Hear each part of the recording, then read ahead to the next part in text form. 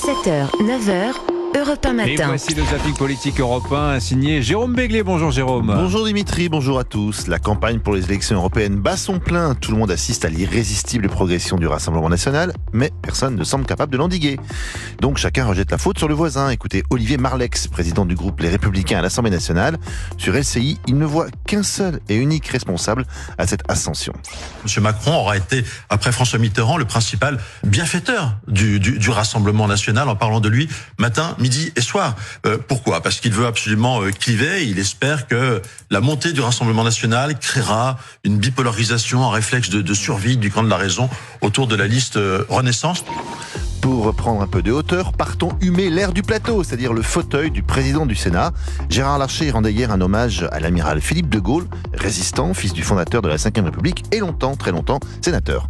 C'est lui qui porta l'ordre de reddition aux Allemands retranchés à l'Assemblée nationale. Son père lui dira après la guerre, et je cite, « Tu es mon premier compagnon, mais je ne peux pas te décerner une décoration de l'ordre que j'ai créé. » L'amiral portait cette blessure discrète mais profonde. Vivre à l'ombre d'un grand homme impose quelques injustices dont on peine à se remettre. Philippe de Gaulle fut le premier résistant à s'enrôler dans le sillage du général son père, et pourtant celui-ci ne l'a jamais reconnu comme tel, comme le racontait Catherine Ney sur Europe 1.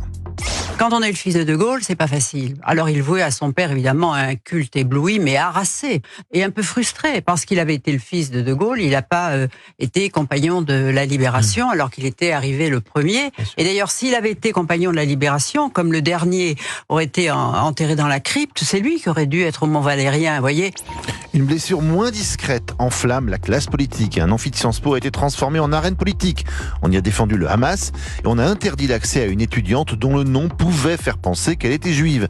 Et cela, François-Xavier Bellamy, tête de liste Les Républicains aux Européennes, ne peut pas le laisser passer. Il était hier soir l'invité de Quotidien sur TMC. Il faut quand même que tout le monde mesure que ce qui se passe est extrêmement grave.